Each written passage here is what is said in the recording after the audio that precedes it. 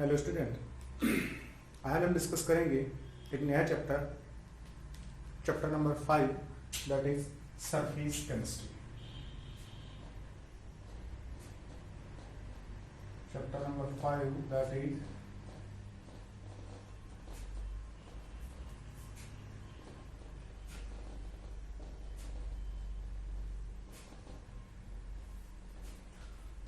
5 that is surface chemistry. किसे कहेंगे surface chemistry? तो देखिएगा बेटा, the branch of chemistry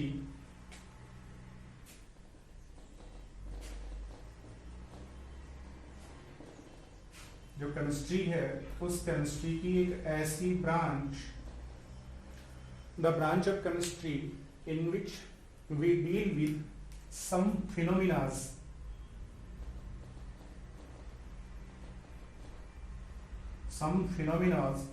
exert or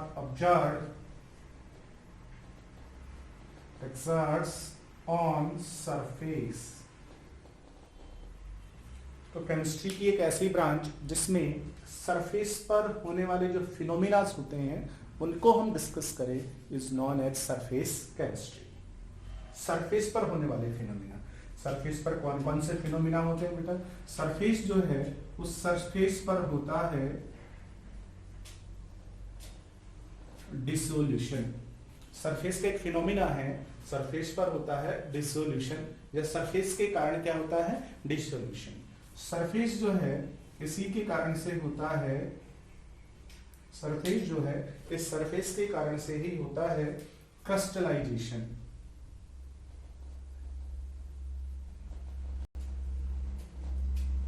surface जो है इस सरफेस के कारण से ही होता है कोरिजन। सरफेस जो है इस सरफेस के ऊपर ही और फिनोमिना होते हैं दैट इज एडजॉर्प्शन। सरफेस पर और फिनोमिना होता है दैट इज एब्जॉर्प्शन। सरफेस पर और फिनोमिना होता है, सरफेस के कारण फिनोमिना होता है दैट इज कैटालाइटिक नेचर।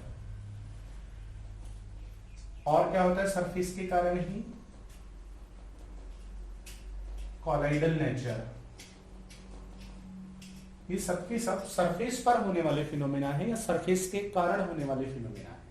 और केमिस्ट्री की एक ऐसी ब्रांच जिसमें हम इन सब फिनोमिनाज को डिस्कस करें is known as surface chemistry. लेकिन ये जो चैप्टर है इस चैप्टर में हमें इन सारे फिनोमिनाज को नहीं डिस्कस करना है, इनमें से हम कुछ फिनोमिनाज को डिस्कस करेंगे। कौन कौन से फिनोमिनाज को डिस्कस करना है देखिएगा। कोरिजन, कोरिजन वाला जो टॉपिक है ये कोरिजन डिस्कस करना है इलेक्ट्रोकेमिस्ट्री के अंदर, तो यहाँ पर ये डिस्कस नहीं करेंगे। डिसोल्यूशन भी डिस्कस नहीं करेंगे, ना क्रिस्टलाइजेशन डिस्कस करेंगे। कोरिजन डिस्कस करना है बट इलेक्ट्रोकेमिस्ट्री में।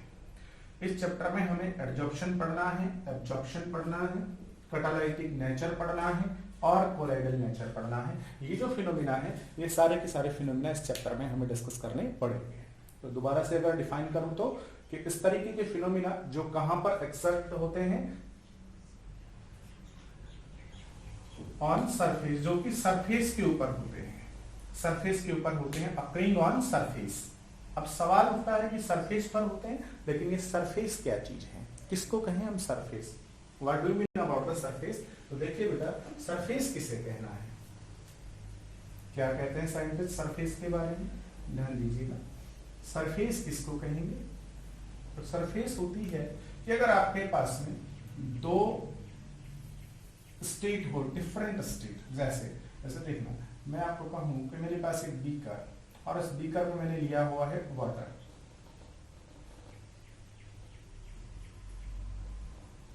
अब मुझे बताइए कि यहाँ ये जो सेपरेटिंग लेयर है, ये सबसे ऊपर वाली जो लेयर है, इस लेयर से नीचे मुझे बताइए यहाँ पर जो मैटर है उस मैटर की कौन सी स्टेट है? तो आप कहोगे कि यहाँ मैटर की लिक्विड स्टेट है, दैट इज लिक्विड। अच्छा, और इस सेपरेटिंग लेयर से ऊपर यहाँ मैटर है, बिल्कुल मैटर, कौन सा स्टेट है यहाँ पर? तो यहाँ पर गैसेस स्टेट है। तो दो डिफरेंट जो स्टेट होती हैं उन स्टेट को सेपरेटिंग करने वाली जो लेयर है, that separating layer is known as surface. इसी को ही हम सरफेस कहते हैं। और ये जो सरफेस है इस पर, या ये जो सरफेस है इसके कारण जो फिनोमिनाज होते हैं उनका जिस केमिस्ट्री में हम डिस्कस करेंगे that known as surface chemistry. तो इस चैप्टर में हमें इस लेयर के ऊपर या इस लेयर के कारण ड्यू टू दिस लेयर या ड्यू टू दिस सरफेस जो फिनोमिना होंगे उनके बारे में हमें डिस्कस करना है। बस राइट। तो ये जो सरफेस है ये किसके बिटवीन सरफेस है? ये जो सरफेस है दैट इज लिक्विड और गैस के बिटवीन की सरफेस है। इसी तरीके से मैं अगर आपको कहूं कि मेरे पास में ये मार्कर, अब देखिएगा ये जो मार्कर है ना इसकी ये अपर लेयर, ठीक है। अच्छा, इस लेयर से अगर अंदर में पूछूं तो बताओ यहाँ कौन सा स्टेट है? That is solid state. और यहाँ कौन सा स्टेट है? That is gaseous state. तो गैसियस स्टेट, सॉलिड स्टेट, दो डिफरेंट स्टेट को सेपरेट करने वाली ये जो लेयर है that layer is known as surface. ये आपकी सरफेस होगी। और सरफेस पर होने वाले जो फिनोमिना है उनको हमें यहाँ पर कुछ फिनोमिनाज को डिस्कस करना है। और इन फिनोमिनाज में भी सबसे पहले जो हम डिस्कस करेंगे वो डिस्कस करेंगे एडजॉर्प्शन एंड एब्जॉर्प्शन, ठीक है। तो इस चैप्टर में सबसे पहले हम डिस्कस करेंगे एडजॉर्प्शन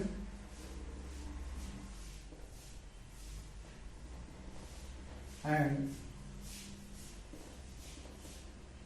एब्जॉर्प्शन, ठीक है। देखिएगा एडजॉर्प्शन एंड एब्जॉर्प्शन दोनों के दोनों क्या होते हैं? दोनों के दोनों एक दूसरे के कॉम्प्लीमेंट्री है, तो दोनों के एक दूसरे के साथ ही डिस्कस करेंगे, ठीक है। क्या होता है एडजॉर्प्शन में और क्या होता है एब्जॉर्प्शन में? देखिएगा अगर आपके पास में कोई भी सरफेस हो, कोई भी सरफेस आपके पास में, मान लीजिए इसको समझने के लिए मैंने एक बीकर लिया और इस बीकर के अंदर कोई भी लिक्विड जो है ना उसको मैंने फिल कर दिया। अब लिक्विड मैंने यहाँ लिया है तो अब इसलिए उस लिक्विड के क्या होंगे? कॉन्स्टिट्यूएंट पार्टिकल्स होंगे। लिक्विड के ये जो कॉन्स्टिट्यूएंट पार्टिकल्स हैं, अगर इनमें से मैं आपको कहूं किसी एक, ये जो सेंटर वाला पार्टिकल है ना, इस पार्टिकल को अगर मैं कंसीडर करूं तो देखिएगा ऐसा हमने पढ़ा है प्रीवियस क्लास में कि ये जो पार्टिकल्स हैं इन पार्टिकल्स के बिटवीन डिफरेंट टाइप का अट्रैक्शन फोर्स वर्क करता है। तो ये जो पार्टिकल है और ये जो पार्टिकल है इन दोनों के बिटवीन अट्रैक्शन फोर्स वर्क करेगा, जिससे इस पार्टिकल को ये अट्रैक्ट करेगा और ये जो पार्टिकल है इसको ये अपनी तरफ अट्रैक्ट करेगा। इसी तरीके से इन दोनों में भी अट्रैक्शन फोर्स वर्क करेगा, तो ये पार्टिकल इसे इधर अट्रैक्ट करेगा। इन दोनों में अट्रैक्शन फोर्स वर्क करेगा तो ये इधर अट्रैक्ट करेगा, इधर करेगा, ये इसे इधर अट्रैक्ट करेगा, ये इसे इधर करेगा, ये इसे इधर करेगा। तो अब मुझे बताइएगा कि ये जो आपके पास में ये जो बीच वाला पार्टिकल था, इस पार्टिकल के ऊपर लगने वाला नेट अट्रैक्शन फोर्स क्या होगा? तो आप जानते हैं फोर्स जो है ये तो वेक्टर वैल्यू है, तो अपोजिट डायरेक्शन में अगर ये लगेंगे तो एक दूसरे को क्या कर देंगे? बैलेंस कर देंगे। तो यहाँ पर ये सारे के सारे फोर्स एक दूसरे को बैलेंस कर देंगे, जिससे इस पार्टिकल के ऊपर लगने वाला जो नेट फोर्स है वो क्या होगा? जीरो होगा। इसी तरीके से यहाँ पर अगर कोई दूसरा पार्टिकल हो, अगर मैं इसको कंसिडर करो तो इसके ऊपर भी लगने वाला जो नेट फोर्स होगा वो कैसा होगा? वो जीरो होगा। तो बीच का कोई भी पार्टिकल लीजिए, उस पार्टिकल के ऊपर लगने वाला नेट जो अट्रैक्शन फोर्स है वो हमेशा ही कैसा होगा? जीरो होगा। लेकिन इन पार्टिकल्स में से भी अगर मैं कहूं कि नहीं ये जो बीच के पार्टिकल है ना इनको छोड़िए, आप तो ये जो सरफेस वाला पार्टिकल है ना, इस सरफेस वाले पार्टिकल को कंसिडर कीजिए। जब आप सरफेस वाले पार्टिकल को कंसिडर करेंगे तो देखिएगा ये जो पार्टिकल है इसके साइड में ये पार्टिकल है, तो इनके बिटवीन अट्रैक्शन फोर्स वर्क करेगा। तो ये जो पार्टिकल है इसको अपनी तरफ अट्रैक्ट करेगा, ये पार्टिकल भी इसको अपनी तरफ अट्रैक्ट करेगा। इन दोनों में भी अट्रैक्शन फोर्स वर्क करेगा, तो ये भी इसे अपनी तरफ अट्रैक्ट करेगा, ये भी इसे अपनी तरफ अट्रैक्ट करेगा। इधर और कोई पार्टिकल होंगे वो भी इसे अट्रैक्ट करेंगे। अब मुझे बताइए ये जो सरफेस वाला पार्टिकल है, क्या इस पार्टिकल के ऊपर लगने वाला नेट अट्रैक्शन फोर्स बैलेंस हो गया? नहीं होगा। जो राइट साइड लगे थे वो लेफ्ट साइड लगे, उससे बैलेंस हो गए। लेकिन जो नीचे की तरफ लग रहे हैं, डाउनवर्ड जो लग रहे हैं, वो कौन से फोर्स से बैलेंस हुए? वो तो बैलेंस केवल तभी हो सकते हैं जब कोई अपवर्ड फोर्स भी लगे, ऊपर की तरफ भी कोई फोर्स काम करे, लेकिन ऊपर की तरफ तो कोई पार्टिकल्स ही नहीं, तो इसलिए ऊपर की तरफ तो कोई अट्रैक्शन फोर्स ही काम नहीं करेगा। तो बताओ ऊपर की तरफ अट्रैक्शन फोर्स लगा नहीं तो नीचे वाला फोर्स बैलेंस नहीं होगा। तो ये जो आपका सरफेस वाला पार्टिकल है इसके ऊपर नेट अट्रैक्शन फोर्स जीरो नहीं होगा। अब नेट अट्रैक्शन फोर्स जीरो नहीं है तो फिर ये जो पार्टिकल इसके ऊपर तो ओवरऑल कहां की तरफ अट्रैक्शन फोर्स काम करता रहेगा। तो आप कह सकते हो कि सर सरफेस के ये जो पार्टिकल्स है ना, इन पार्टिकल्स पर तो हमेशा नीचे की तरफ अट्रैक्शन फोर्स काम करते रहेंगे, जिससे ये पार्टिकल हमेशा कहां की तरफ खींचेंगे, नीचे की तरफ खींचेंगे। और नीचे की तरफ खींचने के कारण से क्या होगा, इनकी जो ऊपरी सरफेस है, अब नीचे की तरफ खींचोगे तो ऊपरी जो सरफेस है ना, उसके ऊपर एक नीचे की तरफ ना एक खिंचाव बल लगेगा, जिससे ऊपरी जो सरफेस है, इस ऊपरी सरफेस पर एक फोर्स क्रिएट हो जाएगा, जिसे हम कहते हैं टेंशन फोर्स। नीचे खींचने से ऊपरी सरफेस पर एक फोर्स क्रिएट हो जाएगा, जिसे हम क्या कहेंगे, टेंशन फोर्स कहेंगे। और इस टेंशन फोर्स को ही हम कह देते हैं सरफेस टेंशन। Surface tension. तो जहां जहां पर भी सरफेस होगी वहां के पार्टिकल के साथ हमेशा ही ऐसा होने वाला है। अगर मान लीजिए मेरे पास में सॉलिड हो तो सॉलिड के ये सरफेस के पार्टिकल होंगे। अब देखो जो इंटरनल पार्टिकल्स हैं उनके ऊपर तो लगने वाला नेट अट्रैक्शन फोर्स क्या हो जाएगा, बैलेंस हो जाएगा, जीरो हो जाएगा। लेकिन जो सरफेस के पार्टिकल हैं इनके ऊपर तो हमेशा कहां की तरफ एक अट्रैक्शन फोर्स वर्क करेगा, नीचे की तरफ, जिससे ऊपरी जो सरफेस है इनकी उसके ऊपर क्या क्रिएट हो जाएगा, सरफेस टेंशन क्रिएट हो जाएगा। लिक्विड में भी हुआ, सॉलिड में भी हो गया। गैसेस की बात करूं तो देखो बेटा, गैस जो होते हैं आपको याद होना चाहिए, गैसों के जो कॉन्स्टिट्यूएंट पार्टिकल्स होते हैं वो बहुत दूर दूर होते हैं, जिस कारण से गैसों में सरफेस का फॉर्मेशन ही नहीं होता। पार्टिकल इतने ज्यादा दूर दूर होते हैं कि वो सरफेस नहीं बना सकती, इसलिए गैसों के अंदर इस तरीके का सरफेस टेंशन नहीं लगेगा। तो जनरली सरफेस जो है वो या तो आपको लिक्विड्स में मिलेगी, या फिर जो सरफेस वो आपको कहां पर मिलेगी, सॉलिड के अंदर मिलेगी। और सरफेस मिलेगी तो सरफेस के ऊपर एक फोर्स क्रिएट हो जाएगा, जिसे हम क्या कहेंगे, टेंशन फोर्स या सरफेस टेंशन कहेंगे। अब ये जो सरफेस के पार्टिकल्स हैं, जिन पर भी सरफेस टेंशन या टेंशन फोर्स क्रिएट हो गया है, ये पार्टिकल्स अपने टेंशन को रिड्यूस करना चाहते हैं। कोई भी हो, सब लोग अपने टेंशन को क्या करना चाहते हैं, कम करना चाहते हैं। मैं भी अपने टेंशन को कम करना चाहता हूं, तुम लोग भी अपने टेंशन को कम करना चाहते हो। तो ये जो पार्टिकल्स हैं ये भी अपने टेंशन फोर्स को कम करना चाहते हैं। अब इनका जो टेंशन है, ये सरफेस टेंशन, ये टेंशन कम कैसे हो। अगर इनको अपना टेंशन कम करना है, टेंशन फोर्स कम करना है, तो इन्हें अट्रैक्शन फोर्स को बैलेंस करना पड़ेगा। और अट्रैक्शन फोर्स को बैलेंस कैसे करेंगे, तो ये जो सरफेस के पार्टिकल्स है ना, ये पार्टिकल्स अनदर जो पार्टिकल्स है ना, दूसरे वाले जो पार्टिकल्स हैं, अब वो बेशक डस्ट के पार्टिकल हो, बेशक गैसों के मॉलिक्यूल्स हो, या वाटर की वेपर हो, दूसरे कोई पार्टिकल्स हो, ठीक है ना। तो किसी भी मैटर के पार्टिकल्स हो, उन पार्टिकल्स को ये जो सरफेस वाले पार्टिकल्स होते हैं ये उनको अपनी तरफ अट्रैक्ट करते हैं।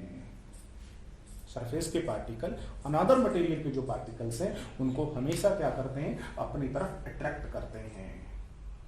ठीक है, कहते हैं कि एक बार आजा आजा आजा, एक बार उनको बुलाते हैं कि कहो आओ, आप हमारे पास आओ।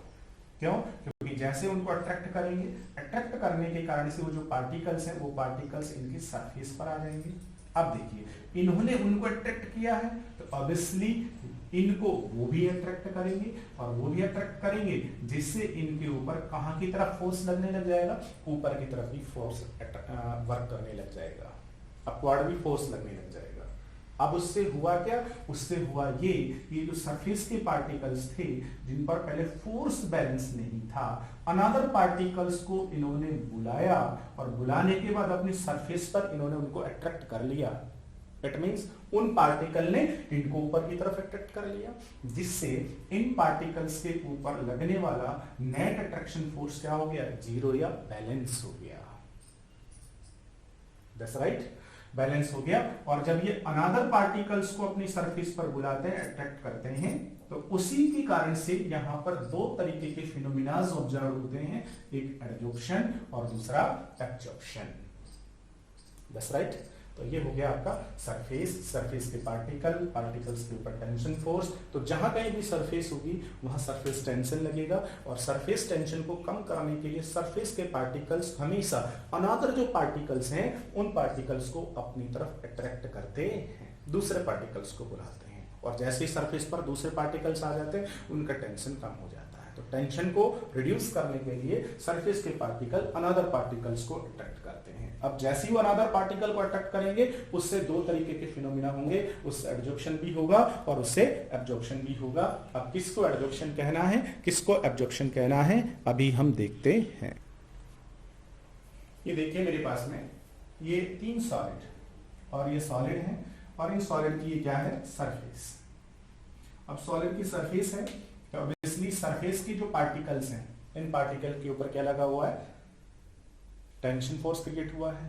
टेंशन फोर्स क्रिएट हुआ है तो इनको अपना टेंशन क्या करना है, कम करना है, और टेंशन को कम करने के लिए क्या कर रहे हैं, ये अनदर जो पार्टिकल्स हैं उन अनदर पार्टिकल्स को अट्रैक्ट कर रहे हैं। देखिएगा अनदर पार्टिकल जो थे उनको अट्रैक्ट किया, उनको बुलाया, जिससे अनदर जो पार्टिकल्स थे वो कहां पर आ गए, अट्रैक्शन के थ्रू इसकी सरफेस पर आ गए। ठीक है, फिर इनके ऊपर फोर्स क्रिएट हुआ और बुलाए, ये उनको भी अट्रैक्ट करेंगे तो और पार्टिकल आ गए, जिससे अनदर जो पार्टिकल हैं वो आकर के कहां पर एक्यूमुलेटेड हो गए, उसकी सरफेस के ऊपर एक्यूमुलेटेड हो गए हैं। आप देखिएगा ये जो पार्टिकल है ना ये भी तो इनको अट्रैक्ट करेंगे भाई, तो जिससे ये जो पार्टिकल हैं इनमें से कुछ पार्टिकल मूव होके कहां पर आ जाएंगे, अंदर आ जाएंगे। अब इन पार्टिकल को ये पार्टिकल भी मूव अट्रैक्ट करेंगे तो और मूव होके अंदर आ जाएंगे। इस तरीके से ये देखिएगा ये कंडीशन आपके पास हो गई। किस कारण से हुआ ऐसा, ऐसा हुआ सरफेस के जो पार्टिकल थे उनके ऊपर टेंशन फोर्स था, टेंशन को कम करने के लिए अनदर पार्टिकल्स को उन्होंने अट्रैक्ट किया और वो आकर के सरफेस पर एक्यूमुलेटेड हो गए। लेकिन सरफेस के पार्टिकल के अलावा अंदर के जो पार्टिकल्स हैं, इनर मॉलिक्यूल्स, इनर जो पार्टिकल्स है वो भी उनको क्या करेंगे, अट्रैक्ट करेंगे, जिससे वो मूव करके कहां पर आ गए हैं, अंदर भी आ गए हैं, इस तरीके से। लेकिन अगर यही प्रोसेस लगातार होता ही रहे, दैट मींस होता ही रहेगा, क्या मतलब है कि ये पार्टिकल पहले कहां पर आए, सरफेस पर आए, सरफेस पर एक्यूमुलेटेड हो गए, फिर सरफेस से इन पार्टिकल को अंदर वाले जो पार्टिकल्स थे उन्होंने अट्रैक्ट किया, फिर और अंदर वाले पार्टिकल्स ने अट्रैक्ट किया, जिससे लगातार ये जो पार्टिकल हैं ये पार्टिकल कहां की तरफ मूव करते रहे, लगातार ये जो पार्टिकल्स हैं ये अंदर की तरफ मूव करते रहे। इस तरीके की कंडीशन होगी, लगातार अंदर जाते रहे जाते रहे जाते रहे। और अगर यही प्रोसेस कंटिन्यू चलता रहे तो एक स्टेप ऐसी आएगी जब इसकी सरफेस पर बुलाया गया था पार्टिकल्स को, लेकिन वो पार्टिकल सरफेस पर तो बहुत थोड़े से ही रुके और सारे के सारे मूव करके कहां पर चले गए हैं, अंदर चले गए। तो इस तरीके की कंडीशन आ जाएगी। अब आप देखिए ये जो 3 फिनोमिना मैंने यहां पर बनाए हैं, इन तीनों फिनोमिना में आपको समझना है, ये आपके पास सॉलिड की सरफेस, ये जो है ये आपके पास में है सरफेस, और ये है उसका अंदर वाला हिस्सा। अंदर वाला जो हिस्सा है तो इसको मैं कह सकता हूं इसका बल्क पार्ट है ये, ठीक है। ये अनदर मटेरियल, दूसरे पार्टिकल के, अदर पार्टिकल्स, दूसरे पार्टिकल्स, ठीक है ना, ये सरफेस है। अब देखो ये इस तरीके के 3 तरीके के फिनोमेना हो जाएंगे। पहले आपके पास सरफेस थी, टेंशन था, अनदर पार्टिकल को अट्रैक्ट किया, पार्टिकल सरफेस पर आ गए, कुछ अंदर चले गए। लेकिन यही अट्रैक्शन फोर्स जो था अगर बहुत स्ट्रांग हो और यह प्रोसेस कंटिन्यू होता रहे तो वही एंटर करके कहां चले गए, खूब सारे अंदर चले गए। और अगर यही कंटिन्यू जारी है तो सरफेस पर तो बहुत थोड़े से लिमिटेड पार्टिकल्स ही बचेंगे और सारे के सारे मूव करके कहां चले जाएंगे, अंदर चले जाएंगे। इस तरीके से ये 3 तरीके के फिनोमिना होंगे। अब देखिएगा ये जो 3 फिनोमिना हुए हैं, इन तीनों फिनोमिना में से ये फर्स्ट, ये सेकेंड और ये थर्ड, इन तीनों फिनोमिना में से ये जो पहला और ये जो तीसरा फिनोमिना है, ये इन दोनों फिनोमिनास को हम कहते हैं एडजॉर्प्शन, दैट इज एडजॉर्प्शन। जबकि फिनोमिना नंबर 2 जो है ये फिनोमिना कहलाता है absorption. that is absorption, those are adsorption. ये दोनों फिनोमेना एडजॉर्प्शन है, ये एब्जॉर्प्शन है। सरफेस के फिनोमेना है, सरफेस के कारण से हुआ है, सरफेस के पार्टिकल ने दूसरा को अट्रैक्ट किया है, अट्रैक्शन होने के कारण से ये तीन फिनोमेना बने, लेकिन इन तीनों में से भी फर्स्ट और थर्ड जो है इनको एडजॉर्प्शन कहना है, सेकंड वाले को एब्जॉर्प्शन कहना है। अब इनका डेफिनेशन देखिए, लेकिन डिफाइन करने से पहले थोड़ा सा देख लीजिए क्या हो रहा है। यहाँ पर ये सरफेस है, ये बल्क है, ये अनादर मटेरियल है, अनादर पार्टिकल है जिनको अट्रैक्ट किया गया है। मुझे बताइए अनादर जो पार्टिकल है उनका कंसंट्रेशन कहाँ ज्यादा है, बल्क में ज्यादा है या सरफेस पर ज्यादा है? तो आप कहोगे अनादर जो पार्टिकल्स हैं इनका कंसंट्रेशन सरफेस पर ज्यादा है, जबकि बल्क में कैसा है, बल्क के अंदर कम है, बल्क में कम है। यहां पर क्या हुआ, यहां पर ये अनादर पार्टिकल्स ये सरफेस पर और बल्क में, तो आप देखिएगा जितना उनका कंसंट्रेशन, जितना उनका अमाउंट सरफेस पर है उतना ही कहां पर है, बल्क में। That's right. और यहां पर देखिएगा सरफेस पर पार्टिकल कैसे हैं, सरफेस पर पार्टिकल कम है, जबकि बल्क में क्या हो गए हैं, ज्यादा।